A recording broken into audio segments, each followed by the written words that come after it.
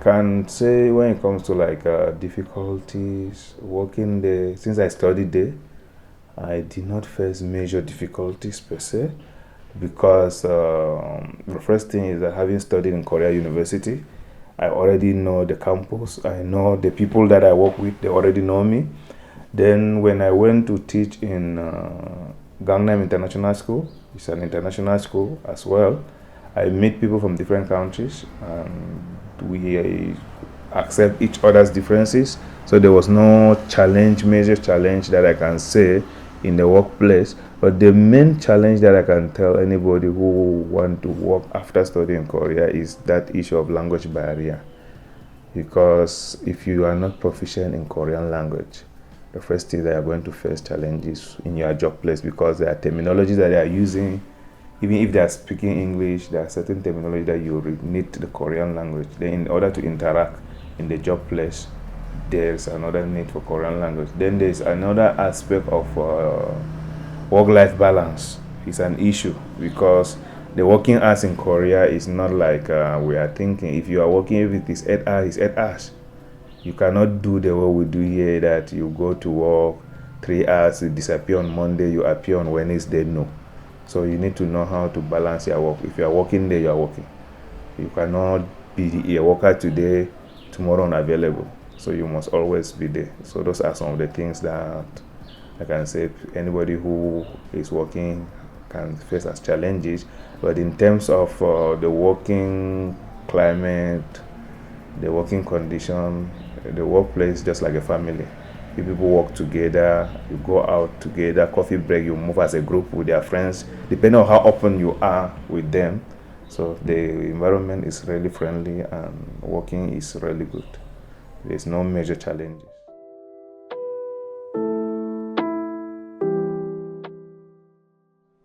Okay, the 5 important things that any Cameroonians who wish to study in Korea, they have to consider. The first one is that the issue of language barrier. Korean is the primary language of instruction and daily life in Korea, although many universities offer courses in English, which you can study without any problem. But in terms of interaction with the locals, in terms of moving around, navigating your daily life, accessing services, there's a need for you to be proficient in basic Korean language. The second thing that any Cameroonian who wish to further study in Korea has to consider is a cultural adjustment. Korea is a country that is deeply rooted in the culture and tradition. This issue of hierarchy, respect is very important. A senior is always a senior. You have to take note of that. And I can give a clear example. I've lived in a dormitory with, I have a roommate that is a Japanese. I've stayed with a Japanese for 1 year. He never called me by my name. He called me Hyung because he believed I'm a senior. I also live with an Australian who people think that English culture, as far as he found himself in Korea, he has to respect that hierarchy. An elder is always an elder. So anybody who is going to study in Korea, you have to take note that cultural adjustment must be done. If you don't respect your elders, you have to know that in that society, respect is important. The third thing is academic pressure. Korean education is known as one of the most rigorous and competitive education globally. So if you want to study in Korea, you have to know that the expectation is very high. And I used to tell students that below 70 in Korea is a fail. If you are studying in Korea, any course you have below 70%, just know that you failed that course. So if you are to study, just know that you have to be prepared for intense academic studies. Then the fourth thing is cost of living. In a city like Seoul, I've lived in Seoul, and in terms of even if you are not on scholarship, you can afford school fees. But housing, feeding, there are some of the things that are transportation, there are some of the things that are really expensive, so you have to think about that. And lastly, we are talking of social integration. Building social network with Koreans can be very, very challenging, because for them to trust international students is not as easy as you think. But once you have a proficiency in the language can really break the barriers. But you have to be proactive when you want to join any student group, because you need to attend events. If you are somebody who play football, you can easily have friends who play footballs with you. If you are somebody who like drinking, then you can have friends where you people can drink. But just know that the language aspect is also important. So those are the 5 important things that anybody who wants to study in Korea should think about.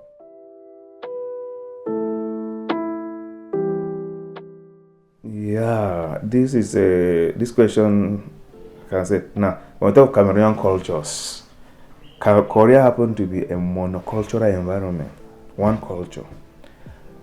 In Cameroon, we have multicultural. That we have about 250 ethnic groups. They have different culture. But when we look at similarities, I can say yes, there are a lot of similarities. The first one I can say, as I talk about the challenges, is issue of respect. Respect for elders. Both Cameroonian culture, irrespective of the culture we find ourselves in Cameroon, that respect for elders is always there. So it is always reflected in the language. Like in Korean, the language that you speak, the way you ask a child whether he has eaten is different from the way you ask an elder whether he has eaten. These are two different things. So somebody has to know the difference. The way you ask a child whether he has gone to sleep and an elder where he has gone to sleep, there's a difference. So there's issue of, in the Korean language, they talk of there's Pamma, which is normal way of speaking Korean. Then there is a hierarchical way. When you meet a senior and a junior, just from the communication, you understand. So that's important. Now, another thing too that's important in the Korean culture, which is similar to Cameroon, is importance of family. Family in both cultures are very important. Family gathering is obligatory. Anytime that you have a family meeting, you are forced to go to the village to attend. Same with Korea. So this expectation to support family members is very important, which is same with Cameroon. Then another thing is community oriented. Korean happen to be a country that I can say most of the things, their language. In Korea, there is no I in the language. They don't say my house, they say our house. They don't say my school, they say our school. They don't say my country, it's Wuri. Anything that you hear in Korea is Wuri Nara, Wuri Napion. Even your husband, you don't say my husband, you say our husband. So that community of orientation is the same thing that, let's say, when you look at the Anglophone culture in Cameroon, it's more of community oriented, which is similar to that of the Koreans. Then another thing which is similar, is where the grassroots of Cameroon with Koreans is traditional celebration. Koreans, just like us, they have festivals to celebrate that bring communities together, like food festival, like music festivals, dances. So we share those culture in common.